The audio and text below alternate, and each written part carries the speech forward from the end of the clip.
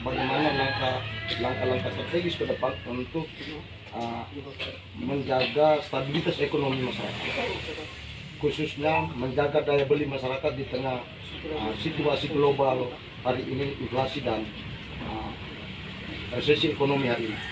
Bagaimana kiat dan strategi Anton Doni Dihen dan Inas Uram bersama partai pemenang yang juga adalah ketua DPRD hari ini untuk periode 2024-2029. Bisik-membisik antara partai pemenang DPR dan di eksekutif hari ini. Kira-kira seperti apa langkah-langkah mengatur, mendesain APBD 2025. Kebetulan hari ini juga ada di Palu, itu ada di Ketua Nasdem itu, Pak.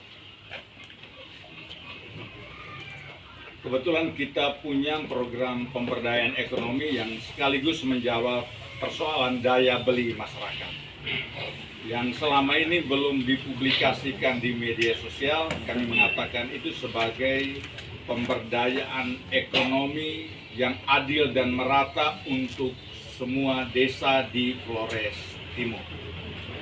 Dan dalam beberapa tempat kampanye terakhir kami sudah mensosialisasikan itu. Kita mengalokasikan sejumlah anggaran dimulai dari sekurang-kurangnya 50 juta untuk setiap desa di Flores Timur ini untuk pemberdayaan ekonomi. Tentu penanganannya kita belajar dari waktu-waktu yang lampau supaya juga apa yang disebut sebagai pemberdayaan sungguh-sungguh terjadi di sana. Pemberdayaan berarti juga transformasi kapasitas ekonomi mereka harus terjadi di situ. Tidak hanya membuat uang beredar di tingkat masyarakat, tetapi juga fungsi pemberdayaan terjadi di situ. Tapi terkait dengan pertanyaan yang disampaikan tadi, tentu saja pada instansi pertama kita melihat itu sebagai faktor peningkatan daya beli di situ, bahwa ada peningkatan uang yang secara praktis beredar di masyarakat dalam cara-cara yang sangat konkret dan pragmatis di situ. Pada saat yang sama, sebagaimana yang sudah kami kampanyekan, bahwa desa juga kita dorong supaya ada mainstreaming pemberdayaan ekonomi di situ. Kita sudah lama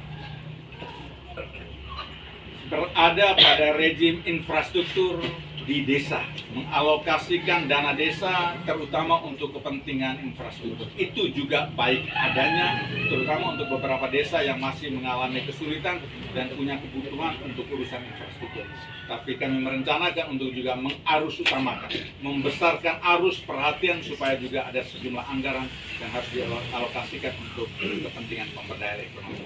Tentu saja untuk tahun 2025 sudah ada penetapan, mereka sudah punya rencana. Kita lihat yang mungkin bisa kita kerjasamakan antara dana yang sudah dialokasikan di tingkat pemerintah daerah dan di tingkat desa bisa digunakan untuk kepentingan peningkatan. Jadi dana tadi tidak hanya untuk desa saja, tetapi juga untuk kelurahan juga berlaku minimal 50 juta untuk kepentingan baik daya beli maupun pemberdayaan. Saya kira itu yang paling praktis pada tahap